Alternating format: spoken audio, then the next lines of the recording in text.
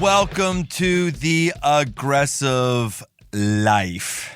I don't know if you know this or not, but I am a man. Yes, I am. I identify as a man, and I am a man. I've written man books, and I like guys. I like hanging out with guys. This isn't a traditional man podcast. It's not. But since I'm a man, I'm interested in men. I like having man things on every once in a while. And today, we got one of those such topics. If you're a ladylike person, hey man, or woman rather, there's something here for you, especially if you've got any men in your life or you've got a son in your life.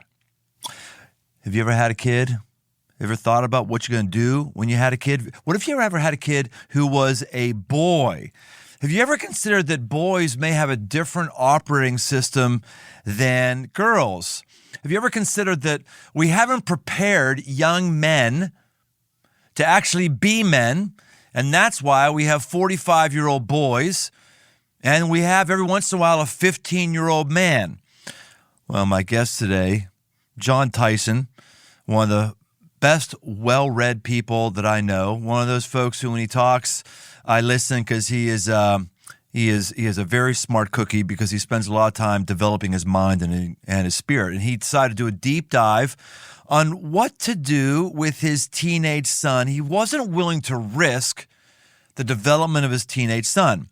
He's an author, he's a pastor, he's a father, and he knew he needed to bring his boys into manhood. And what came out of it was the Primal Path. Along with his accompanying book, The Intentional Father, A Practical Guide to Raising Sons of Courage and Character, Jon's helping dads do a lot of great things, and he's been helping a lot of people do a lot of amazing things. We want to get into just Jon's take on the world today, Jon's take on fatherhood, on boys. Welcome to the aggressive life, all the way from New York City, a man who's part of the chicken empire, Jon Tyson. What's up, mate? I wish I was a part of the chicken empire. My life would be very different.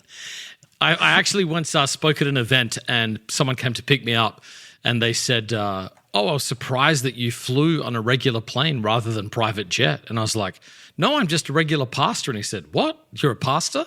I thought you owned Tyson Chicken. I was like, you have Googled the wrong person. He thought he was picking up the other Jon Tyson. Sadly, I am just a pastor and an author. Well, you've had a pretty interesting past. Just give us a brief synopsis of how you got on this side of the pond. Grew up in Australia, born in Melbourne, lived in Perth from ages 2 to 10, and then Adelaide from 10 to 20. Dropped out of high school at 16, started working in a meat factory when I was 14, did an apprenticeship till I was 20, came to the US to study theology on a scholarship, heard about church planting early on, and then 17 years ago, moved to New York City to start a bunch of churches. So that's sort of a synopsis. The way I stayed here, I came to study theology. I stayed because I met a beautiful American woman who won my heart. 20 years happily married, 2 years total hellscape, 2 years working through it. So that's a pretty good percentage. Yeah, it is. Well, I thought you lived in Nashville because I know Yes, I did some time in Nashville. So I've been in the US 25 years.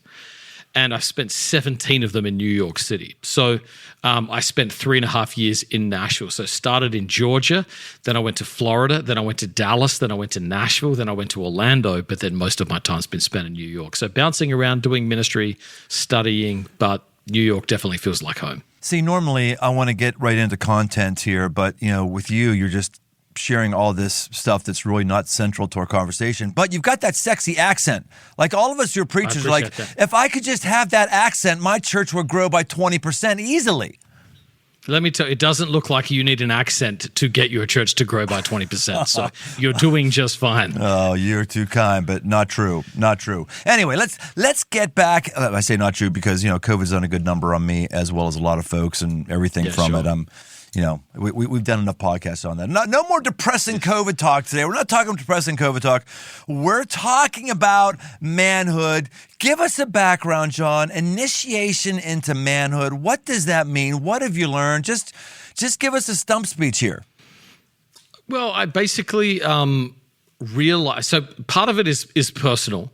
I didn't have any formal initiation process from my father, from a community of men.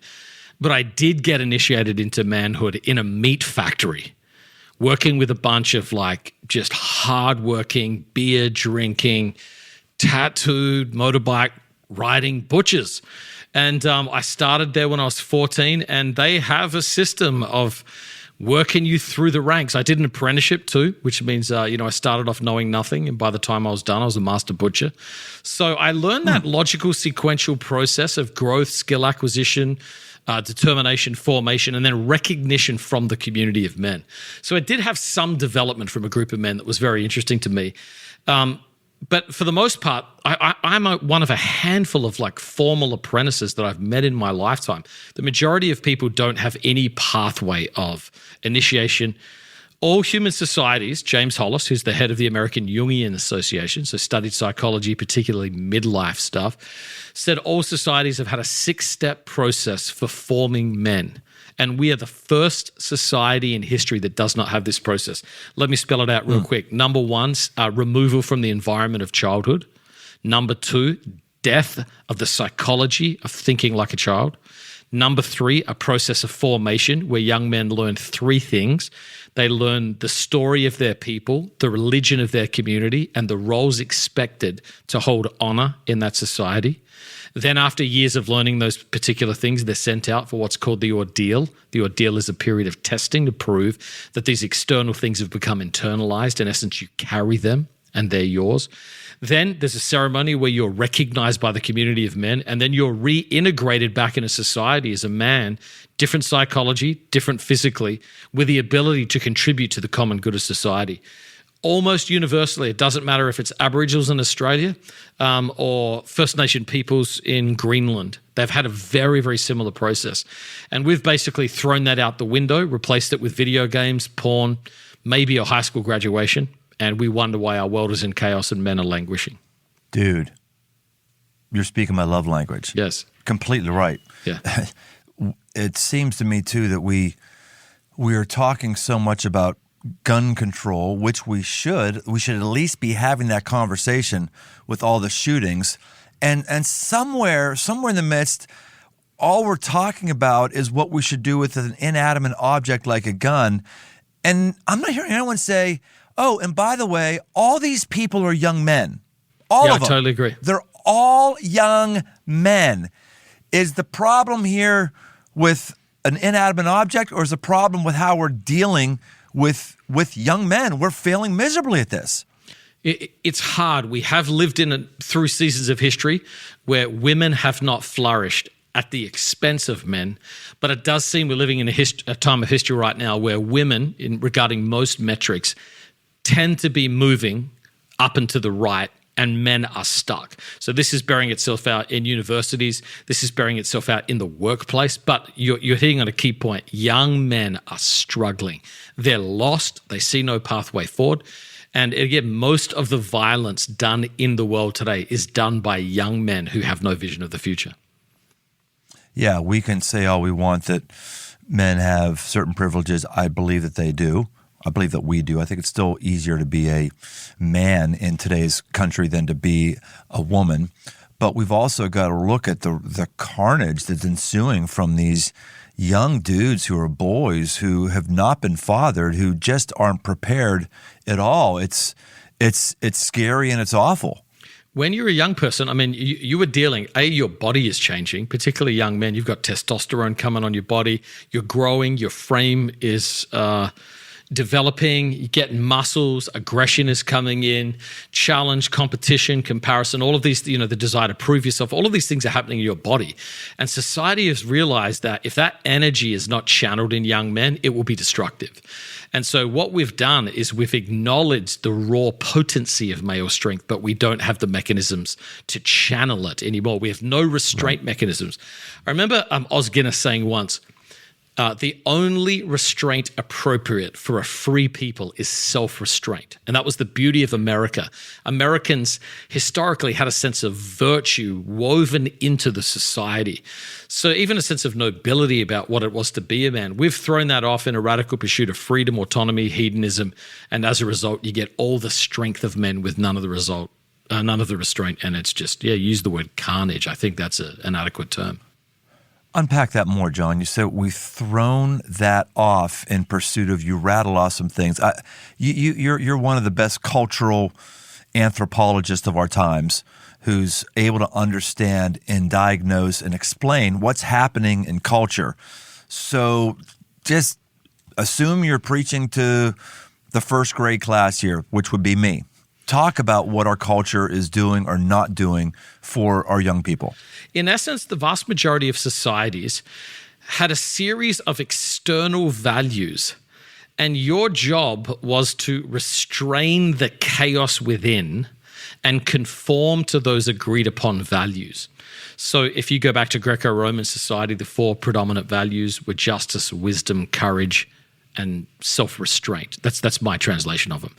So a young man then, in order to move through the world, knew he had to care about justice, he had to become a man of wisdom, he had to cultivate courage, and he had to restrain himself. So regardless of what he was feeling, regardless of what he was dealing with, he ordered his inner life around these external virtues for the good of the world and personal honor.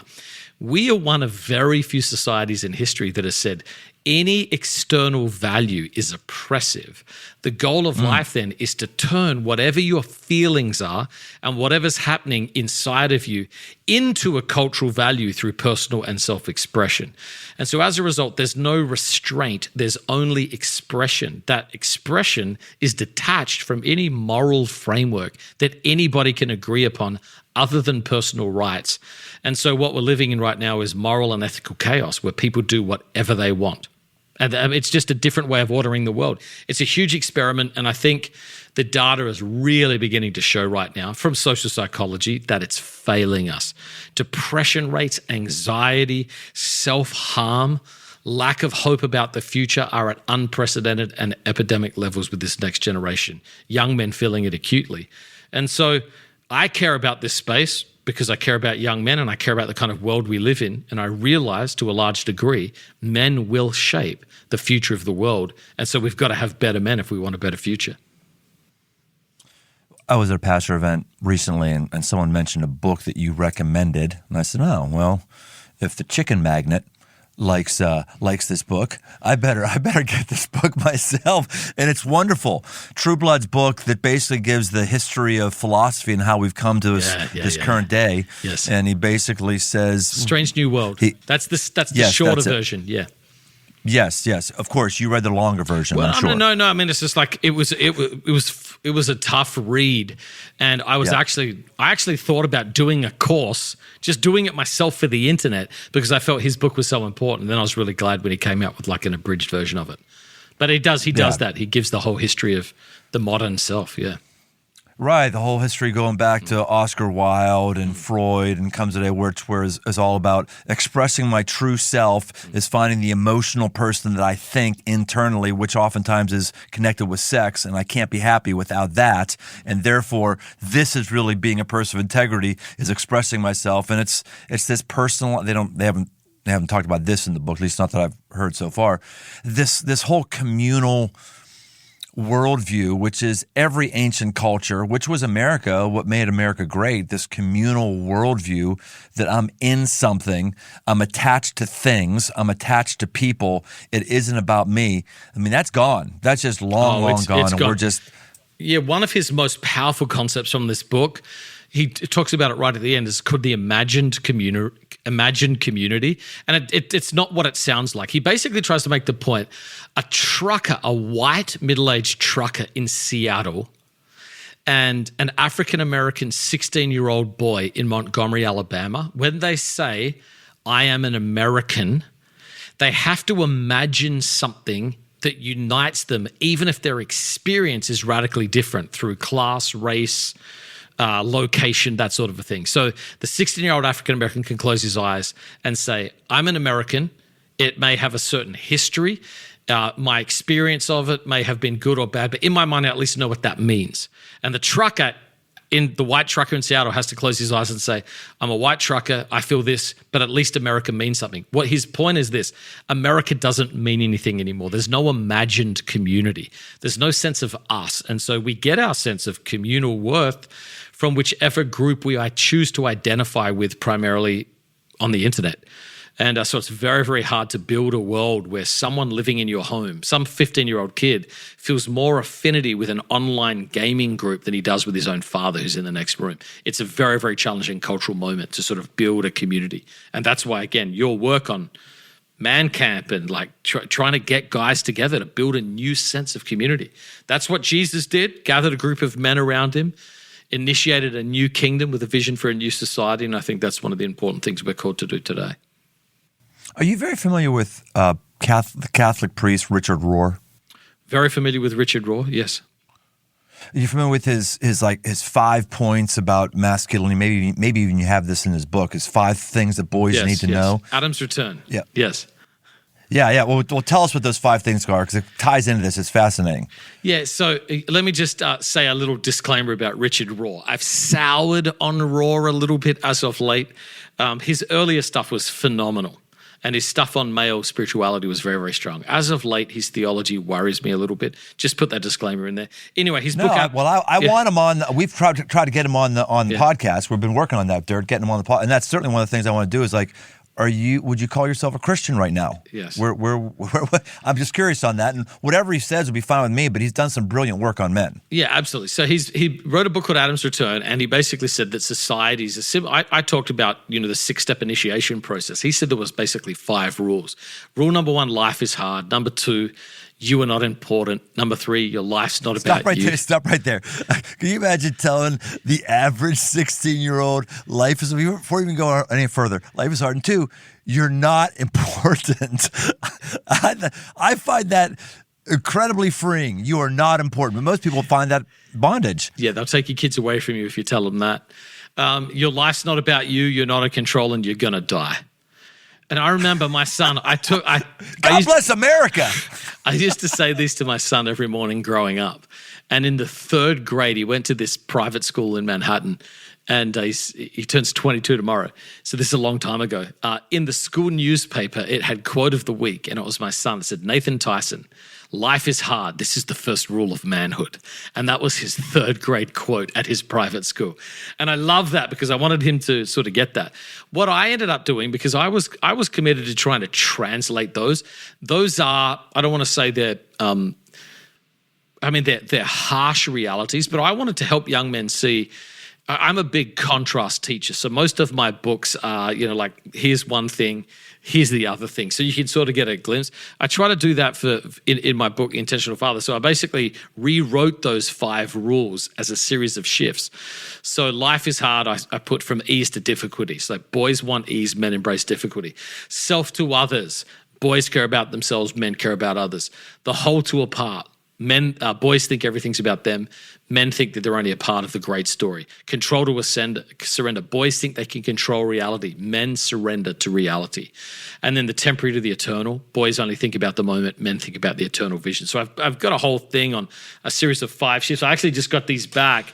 These are our new, these just came in. These are our patches that a boy can earn when he goes through these 5 shifts. He gets that on a sort of like a Go-Ruck backpack. And we do a thing called Difficulty Day where he passes this unit of material and then he gets to have this patch to sort of let him know, hey, man, you've done it. You're now learning as a man to embrace difficulty instead of dropping back to ease.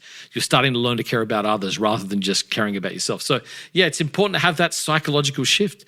Men do well when they get a sense that they're making progress. And those adolescent years, very, very important to be able to say, this is where I was, this is where I've come. So yeah, I love Raw stuff, particularly that book, Adam's Return. I try to sort of change that framework to make it more applicable for young men. That's fascinating, John, because I wrote a book called 5 Marks for Man, independently of what you and Richard Rohr have talked about. The 5 marks that I came up with are virtually the same as that. Maybe 4.5 are online. I mean, that's crazy that rooted, grounded men are just able to dissect the heart of God and the heart of culture and are coming to the same conclusions. These things just are what they are. It's exactly right. Almost like there's a divine design.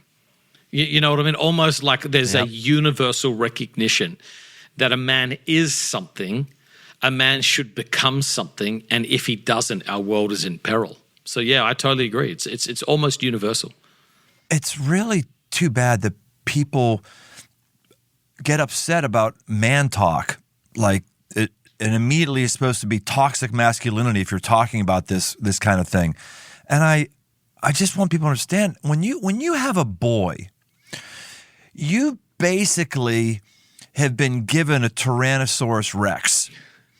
When my son was born, my first son, and I put him on the nurses put him on the changing table, and he sent a stream of piss shooting up in the air, hit my shoulder, came down my arm. It was like a wake-up call from God, where I realized, I get it, God. Yes. If I don't get a hold of this little guy, he's going to piss all over me and everybody else, just like I did with my dad, yes. You know? And that's what it's like when you have a boy. We got to be serious about this. I don't like Chihuahuas. I've never seen a Chihuahua that was nice as a dog. But it doesn't matter. It's little, it's small. But when you have a boy, a little infant boy, a teenager or whatever, you're raising a potential T-Rex. You're raising a potential Rottweiler, and we're just letting these entities evolve into what they think, and they're dying, and literally people around them are dying. We need voices and energy like yours. So thanks, Jon. Yes, no worries. I totally agree with you. It's the possibility of what men will do in the world is breathtaking. When you go back through history, a lot of great accomplishments have been done by men. The great cities of the world have been built at the cost of men's bodies. I mean, it's just been many of the great inventions coming out of men's minds. And we are a society right now that is choosing to neglect the opportunity. And when it's left to its own ways, it does turn toxic, because that strength is so potent. I think about, we talk a lot about the Proverbs 31 man, and people talk about the Proverbs 31 woman, but the Proverbs 31 man starts by saying this: do not give your strength to women, your vigor to those who ruin kings. And I've got a little thing I run called Restoring Kings, and it's all about men who've misspent their vigor and their energy. And it goes on. It's one of those famous passages that says, beer is not for those in the palace. It's for those who are languishing. Why? In case you get dulled. And then he goes on, and this is a passage that was used a lot around George Floyd. It says, speak up for the oppressed, judge fairly. Well, all of that is what a man does with his rule and his reign. And it's actually a mother exhorting her son. Looking at the end of King Solomon's life, Solomon gave his strength at the end of his life to building futile altars and temples to other gods. And so what a man chooses to do with his strength in many ways will determine the shape of the world. And so, again, we got to channel that. So give us a tutorial, Jon. I've got a 6-year-old son. Mm-hmm. What should I be thinking? What's the path I should be on here? Well, I mean, I think the most important thing is to build an emotional bond with your kids. I mean, I think that's the key. You've got to have that combination of respect and love sort of instilled in them. And then you got to work hard, because if that bond is not there, you're going to have a very, very hard time forming their hearts later in life. And so at that age, it's primarily a war for their heart. Do they feel loved? Do they feel secure? Do they feel known? Do they have a sense that they're under your authority and that that's a gift to them? It provides protection and it provides blessing. And so just working hard on that. I mean, I'm a big believer in doing one night a week with your kids, or if you got too many kids, one night every other week. You got too many kids, one night a month. But you're just basically going to war for their hearts. You want to know who they are, what makes them tick. You want to understand them. You want to build that bond. That's the big part of it before you get into the teenage years. Somewhere around 10, I did a thing with my kids called the Dangerous Kids Club, where I basically started a gang in my house that you had to be initiated in to join. And every week we did one borderline illegal activity that required tremendous courage for their age. Jumping out of a moving vehicle, sneaking into abandoned properties, just a list, of cool. Fun, adventurous stuff for my kids. So I was sort of teeing up that spirit of adventure in them. And then when my son started heading towards 13, I was like, okay, I got to turn this up. I'd laid the vision out, from how I wanted to initiate him into this, how I wanted to end this before he went off to college. And I just started hyping him up on it. So yeah, build the bond so they want to spend time with you, and that you can handle rebellion, you can handle the challenge, you can handle the busy schedule, but you can still make progress as they move forward. And then what about the event, the swearing in of The swearing in ceremony. coming into manhood? Yes. Well, I mean, again, what I was trying to do, I was trying to do two things. I was trying to consciously remove my son from the childhood environment. That was a huge part. In many of these tribes, they would abduct these kids, or, Right. one particular society, all the men would just come and start chanting out the front of the house. Bring out your boy, bring out your boy. I mean, they're getting ready to literally take this kid off and initiate him. So I wanted to do a little bit more of a sophisticated, though still with a primal element version of that. So I formed a cohort with a couple of other dads and my son's closest friends, and picked him up in a car. And I told him, like, we had a countdown. The day is coming. You're going to be initiated. You're going to get cold. This is probably going to hurt. You should be afraid. Are you nervous? You should be. Just put a little fear in him. And we basically drove him out to a beach off the coast of New York, and we just basically had a ceremony. Sat him down, talked through this historic process. This is the way that men were formed. We talked about the consequences of not being formed, and laid hands on him, prayed over him, made him strip down, run into the ocean as like a baptism, wanted him to know you are entering into liminal space. And then we just basically had a sweet party afterwards. So it was a group of dads basically drawing a line in the literal sand, giving him a vision, laid out the vision of what was going to happen over the next 6 years, and then helped him mark it with a ton of joy and fun. And then the process began. So he runs into the water, which is freezing. That's the pain then, right? Yes. And then that's awesome. That's great. Now, you mentioned when he runs in, you just dropped a little phrase there, talk about liminal space. Well, liminal space is that idea. It's like that in-between space. And it's like, hey, the adolescent years are very, very confusing. You're not a boy, but you're not a man. And it's like that's navigating that territory can be really, really challenging. But you want to say to them, it's okay. Embrace the disorientation. If you're confused, that's a good thing, because these are confusing years. In fact, if you're not worried, I'd be worried about you, because historically these have been very, very tumultuous years. There's a lot of risk, a lot at stake for who you become. So that liminal space was that conscious awareness. Something's begun, but it's not finished, and I'm stuck in the middle, sorting it out. And so for my son, that was a 6-year journey of liminal space. The really weird thing that I've found is that the whole phrase adolescence, I think it didn't come about until like 1920 or something like that. In all of world history, in all cultures, as soon as you could shoot sperm, you were expected to be a man because you could procreate. As soon as you were doing that, you could procreate. So we go from adolescence, being this 1-year thing to 2-year thing. Now adolescence is what, a 20-year thing? You're expected to be from 13 to 33. That's right. No, yeah, I think the last research I looked at was like 28 or something.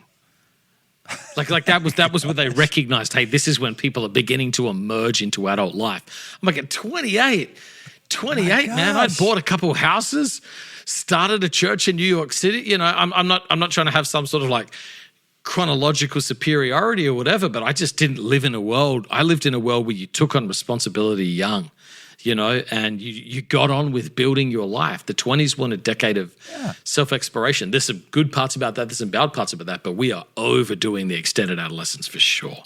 America was the greatest country in the world. If we're not the greatest country in the world right now, we at least staked our claim during World War II, and it was because of 18-year-olds. That's the problem with all those World War II movies. They're all showing John Wayne and Clint Eastwood as 30-some-year-old. All those, they were kids driving tanks.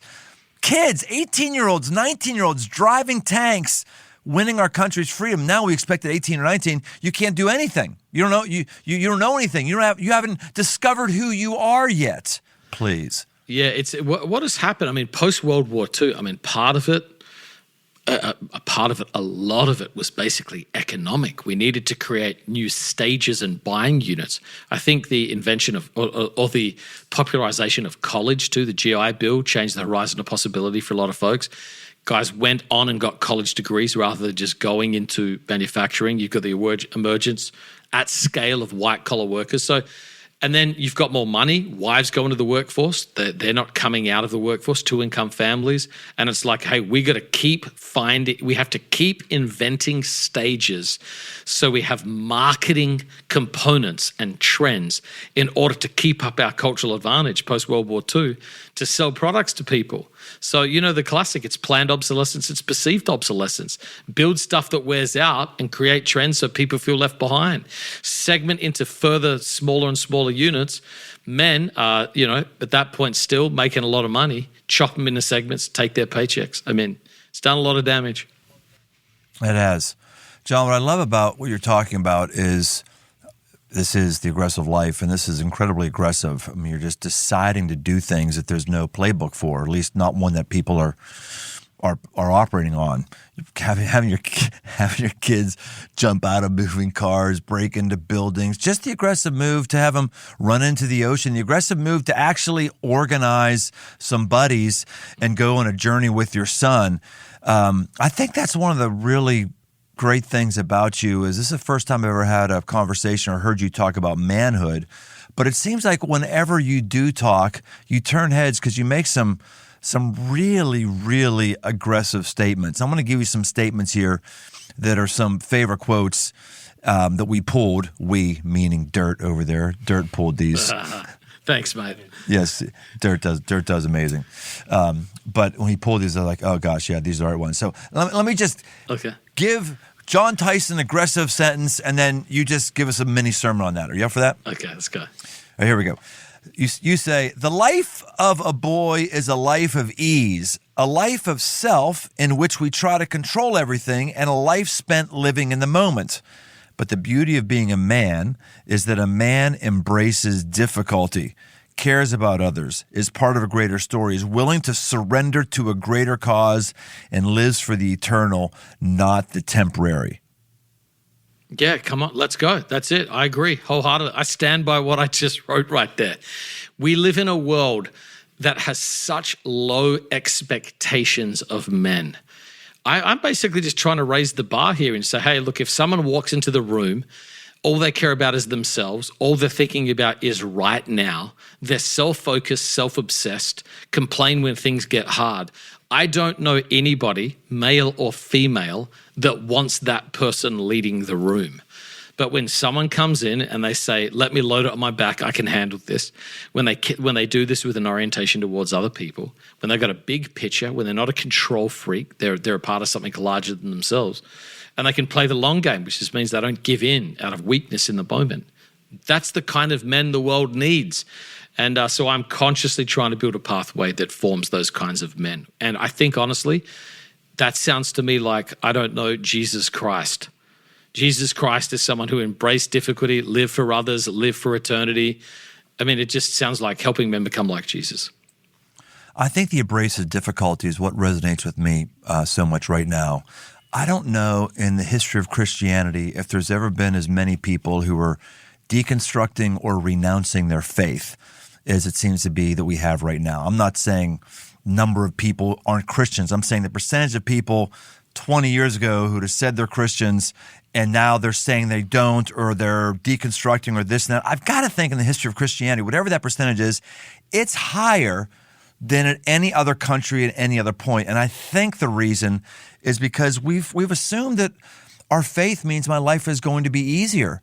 That we've bought into this idea, if I've got Jesus, then I've got an easy life. I'm going to be in the family business where something is going to be easier for me. And the idea of difficulty, if something is difficult, then something is wrong.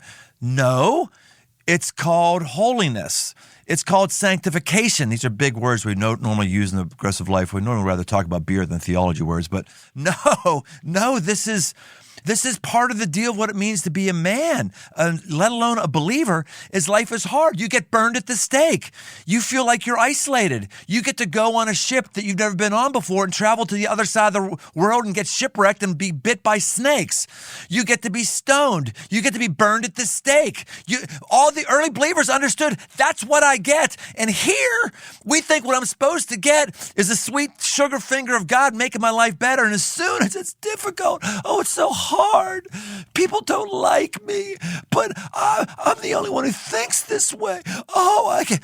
We're gone because there's no substance. I'm grateful for Jesus, whose starting invitation is, take up your cross daily, deny yourself, and follow me.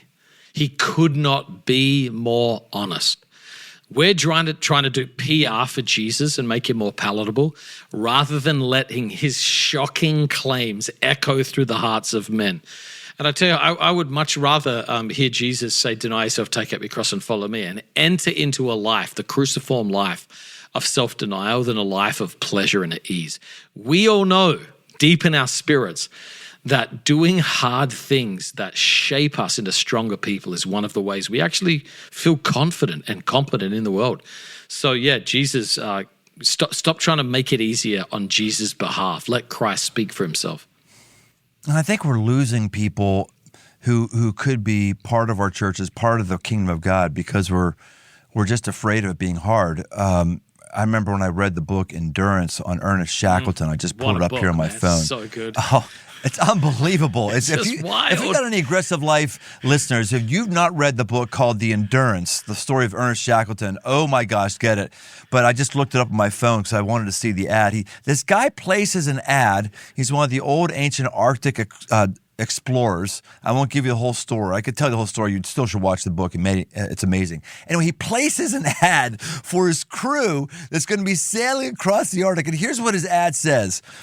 And I just keep wondering, if you place this, if this went on social media today, if this was tweeted today, I mean, he put this ad out, and I don't know, 500 eyes saw it, and he ended up getting like 12 guys.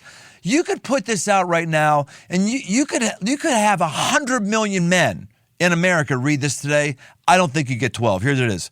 Men wanted for a hazardous journey. Small wages, bitter cold, long months of complete darkness, constant danger, safe return doubtful, honor and recognition in event of success. Ernest Shackleton, 4 Burlington Street. That's unbelievable, man. Well, you know what? He was true to his word too, because it was everything he said in there happened, and the reward that he promised happened too. So yeah, we gotta aim higher. Small dreams don't inflame the hearts of men. That's what one of my mentors said to me. Jesus is taking fishermen and he's upgrading them, and he's asking them to have a kingdom. It's such an upgrade to join Jesus, but it's a war of the spirit. It's a radical life of self-denial. It is hardship, but it's also one of profound joy. We're in a crisis of meaning right now. Meaning does not come from pleasure. Meaning comes, and this is what most of the great religious traditions understand, meaning comes through dealing with suffering. And when you confront it and make progress and you grow and you don't get bitter and you overcome, life takes on more meaning.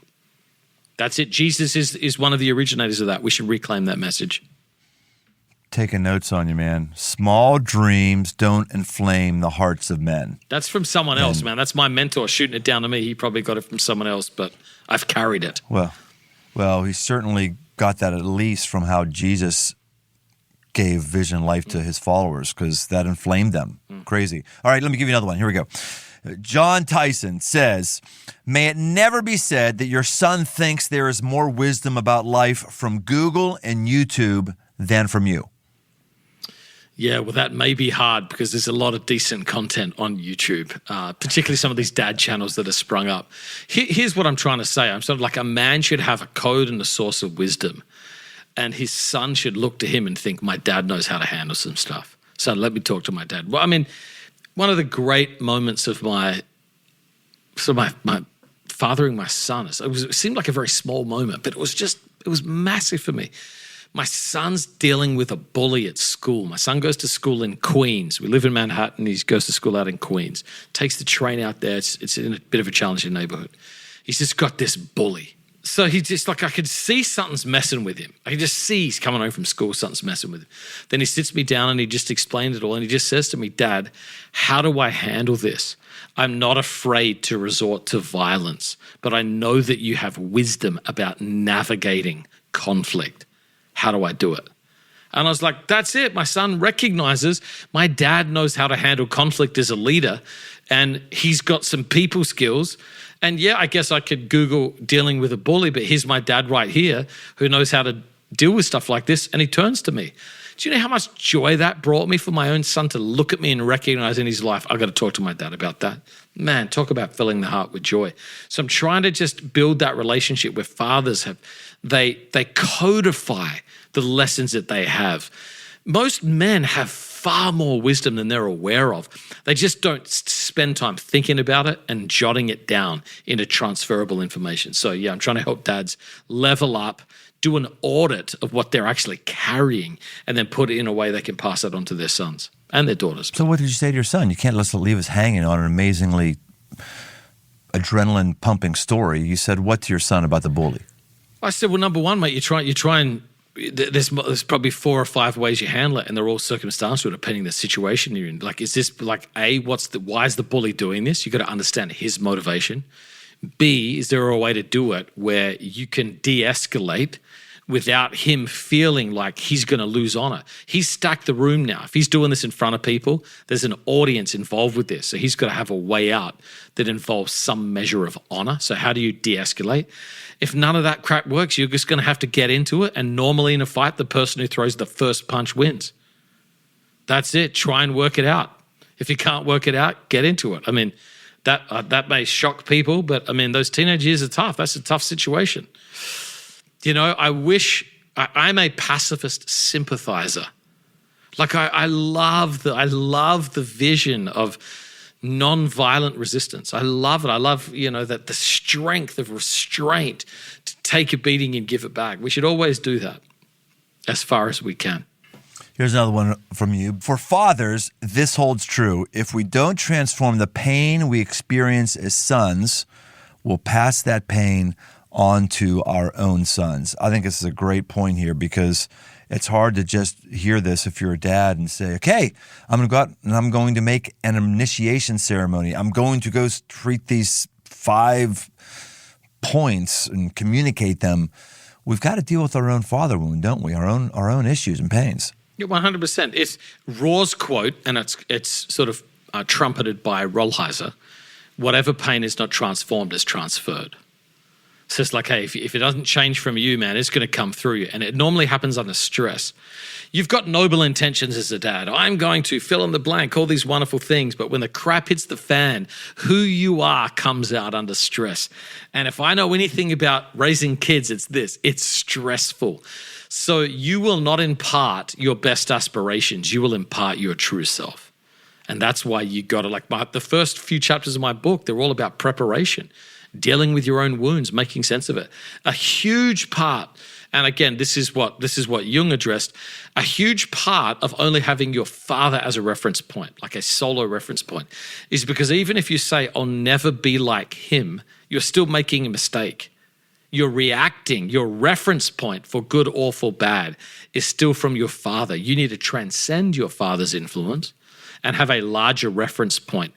And then you, number 2, need to understand who's the kid God's given me and what do they need. And your kid may not need things from you or your dad. They may need a completely different source of wisdom. And so you're going to have to try and, my daughter is a 2 on the Enneagram.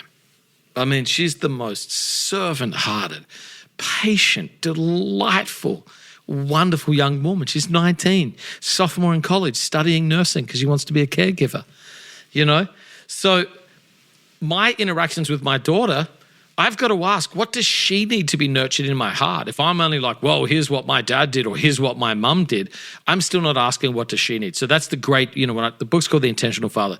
I'm basically trying to get people to ask, how do you be intentional figuring out what your kid needs? And don't just have your wounds or your desire not to wound as the whole curriculum of forming your kids. Get beyond that. Get healing. Damn, if there's blessings, bring them down. If there's brokenness, dam it up so it doesn't get through.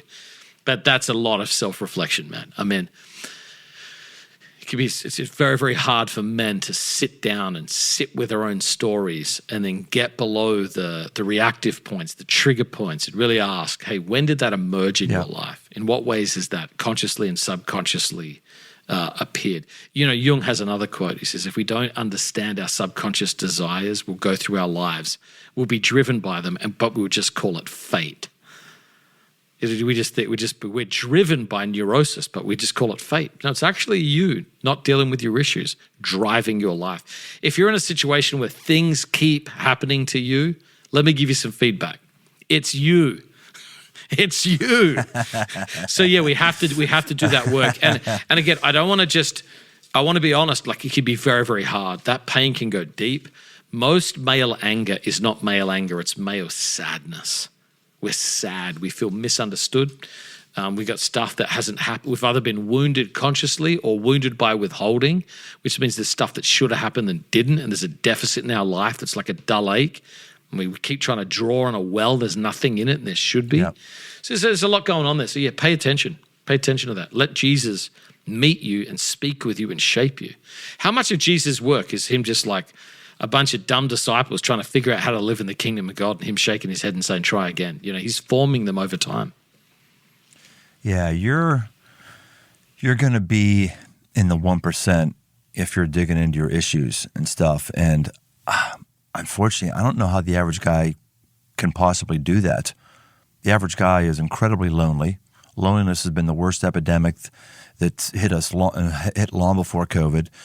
Dudes are incredibly lonely. They don't have anybody to confide to. And when they do confide in somebody, there's very few people who even know how to empathize and respond in an appropriate way and know how to be supportive. It's very few. And I found out when I've gone through some really, really tough stuff, like sometimes some of my great friends just didn't know what to say, what to do. It was tough. So the average guy, unless he's in a counseling relationship with somebody, or he happens to hit the lotto and has a very tight group of people who's going to find in the church. You're not going to find these folks outside of a church. You know what I mean?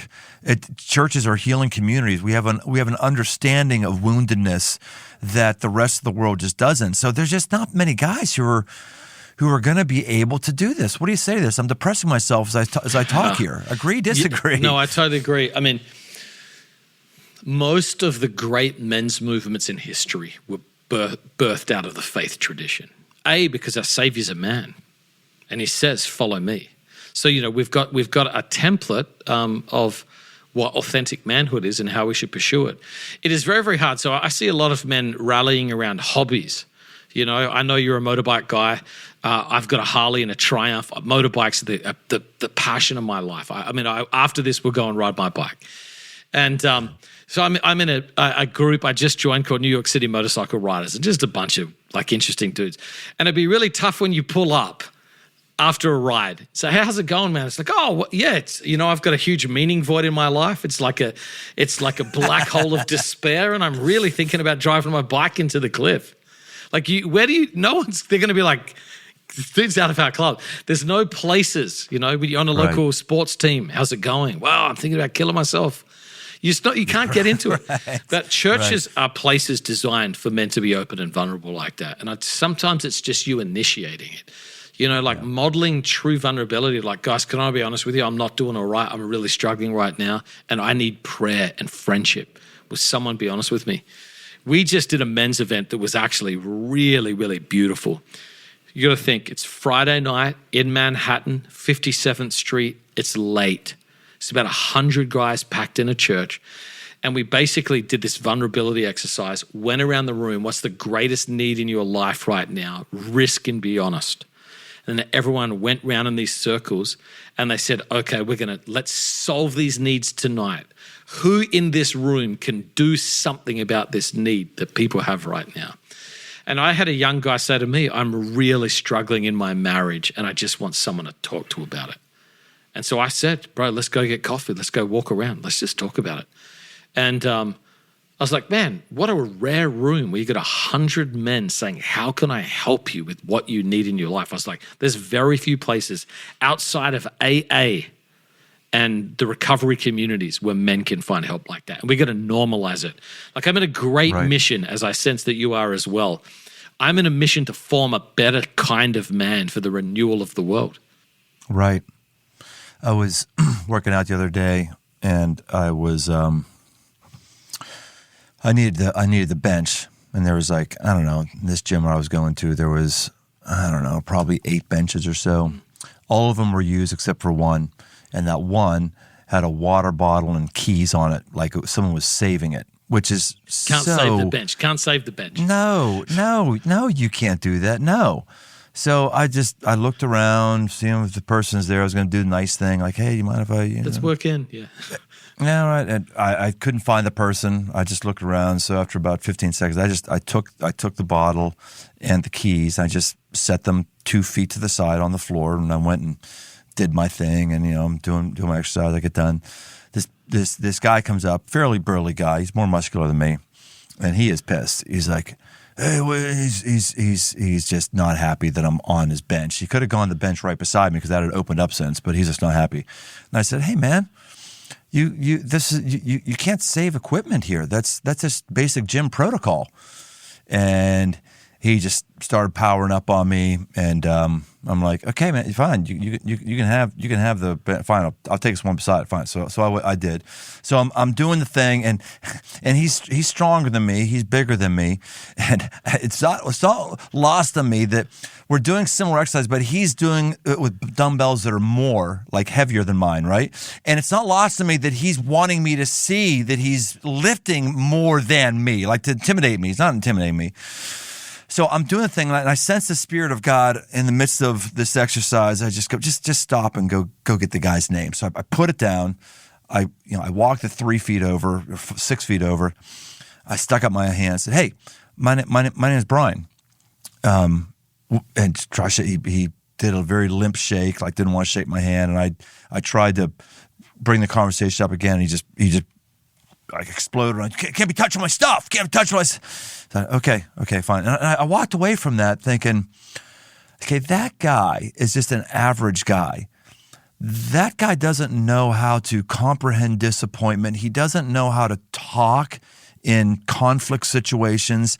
He probably reacted that way because he's, I don't know, imagine your mind, maxed up to his credit cards, his girlfriend broke up with him, his dad died, he has nobody in his life who cares about him, he's got a father, just go on and on and on and on. I was like really sad, like, what's the answer for that kind of guy? And that guy is the normal. Maybe he's a little more bruised looking than the average guy, but that guy's the normal. That's why books like yours and people like you are important to us.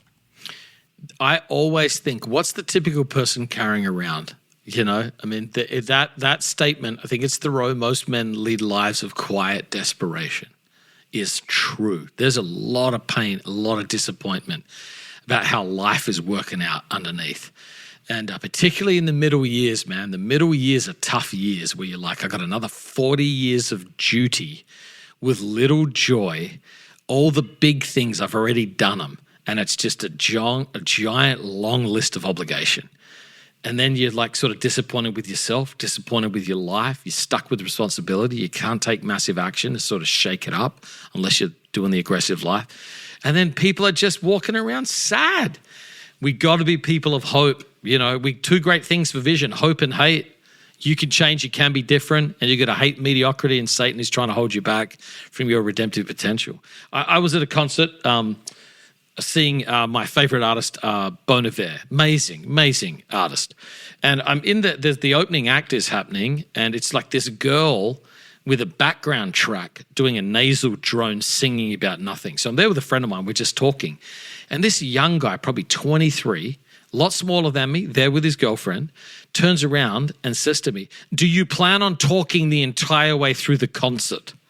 In a really aggressive tone.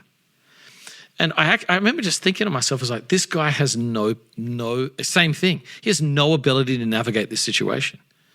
He could have said, "Hey man, I actually came for this artist. My girlfriend really loves it. Could you just turn the volume down?" And what would I have said? "Hey, no problem, man." I said, "Yeah, hey, sorry, man, I didn't realize, don't want to wreck the show or whatever." But instead, the level of like powering up it produced in me, yo, man, this isn't even the main show, And I just was like, the typical man doesn't possess the skills to interact with other men in a world as to bring about desirable outcomes. It's right. A crisis point. One of the things I do every week, a thing called Man School. That's a part of it. You got to learn how to just handle life. Very, very challenging times. Just Man School, one night a week. Man school. We're not and it's open to anybody to come? No, it's for my son. It's a part of the Primal Path program, Man School. Oh, it's your son, okay. Yeah, one night a week. I'm a loser. I'm not leading Man School. I should be having Man School here. You're doing Man Camp. Once or twice a year, whatever. You're like, I'm going, oh my gosh, so Jon Tyson is now doing something every week with men? I'm a loser. I'm not doing that. Stop it. Man Camp. John, what about speak to the lady folk, the mothers out there who've got sons. They're single. They're single maybe, or they've got a husband who's checked out for whatever reason. What does a mom do with this information? Well, first thing I would say is Mom, you are literally great. You are a great woman. The biblical definition of greatness is not accomplishment, it's sacrifice for others.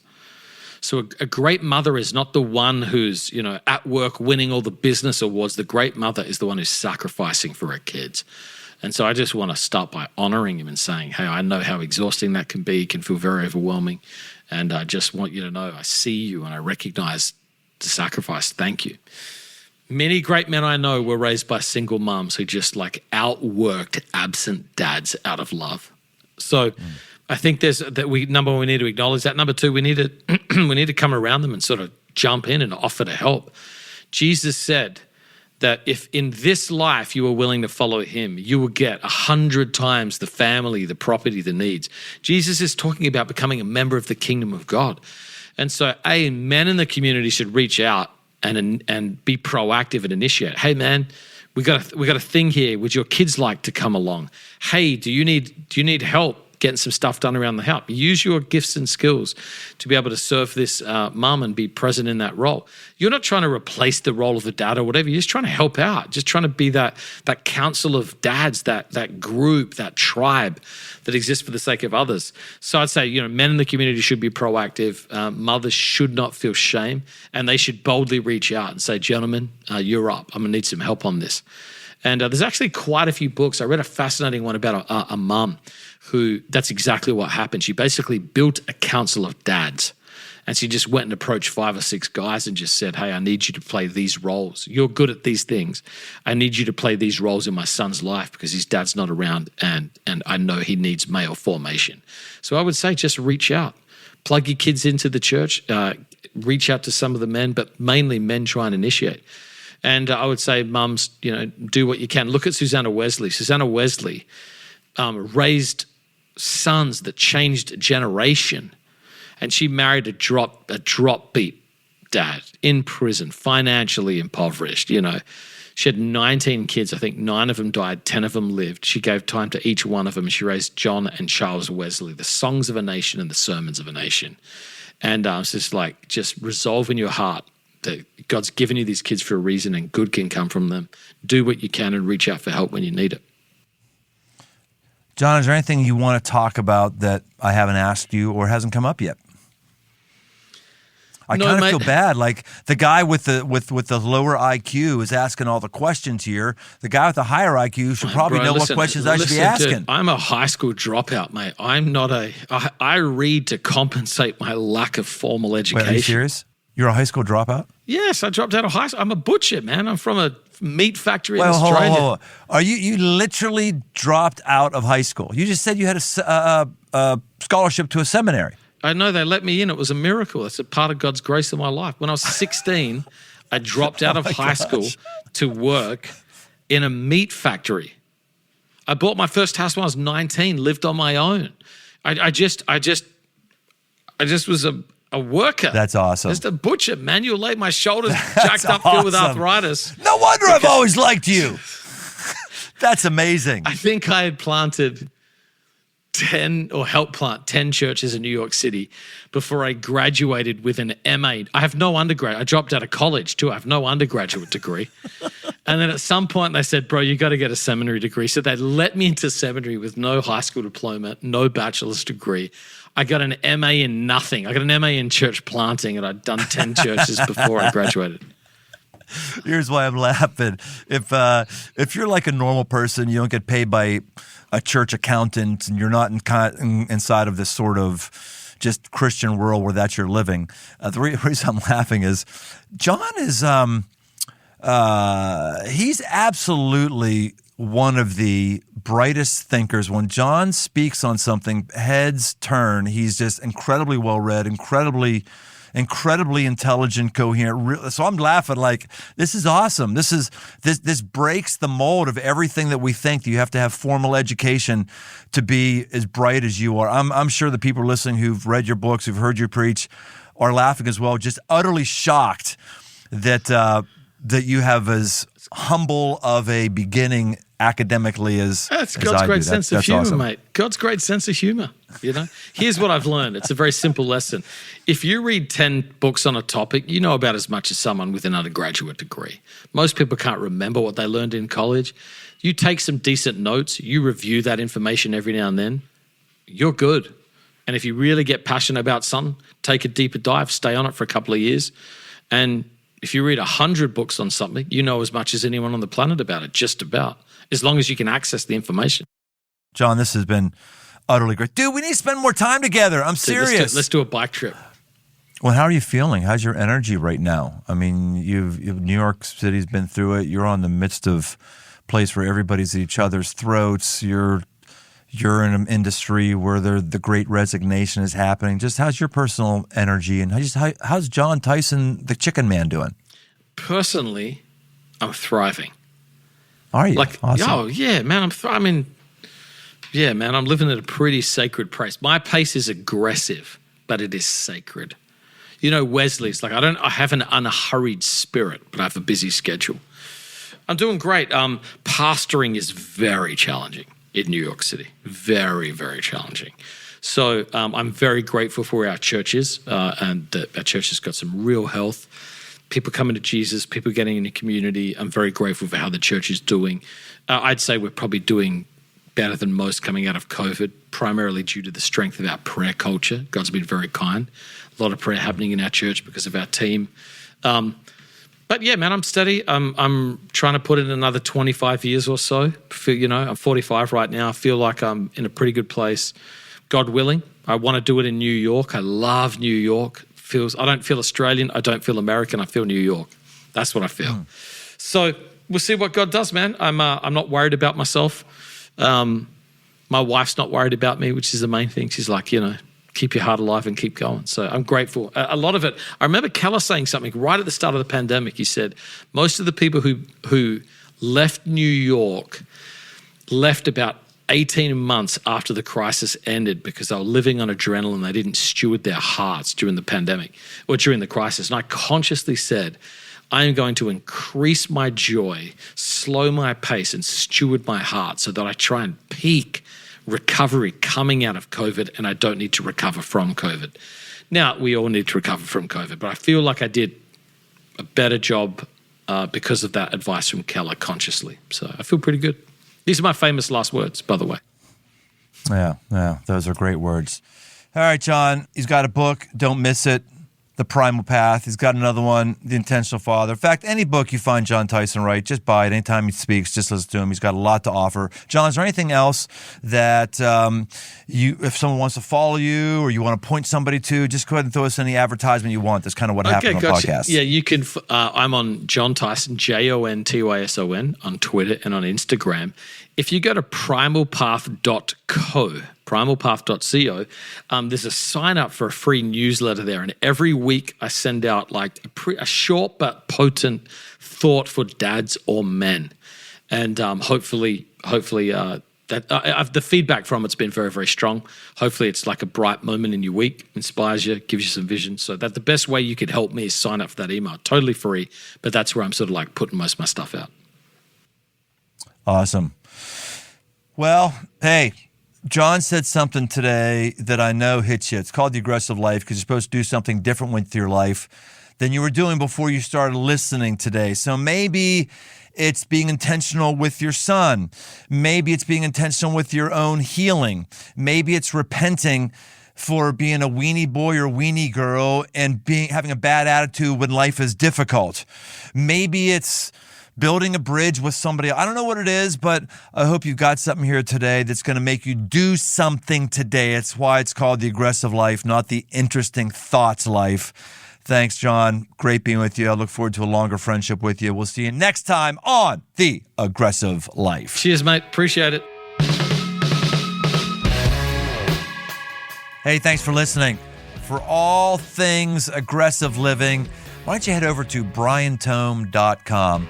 Find my new book, Move, a guide to get up and go forward, as well as articles and much, much more.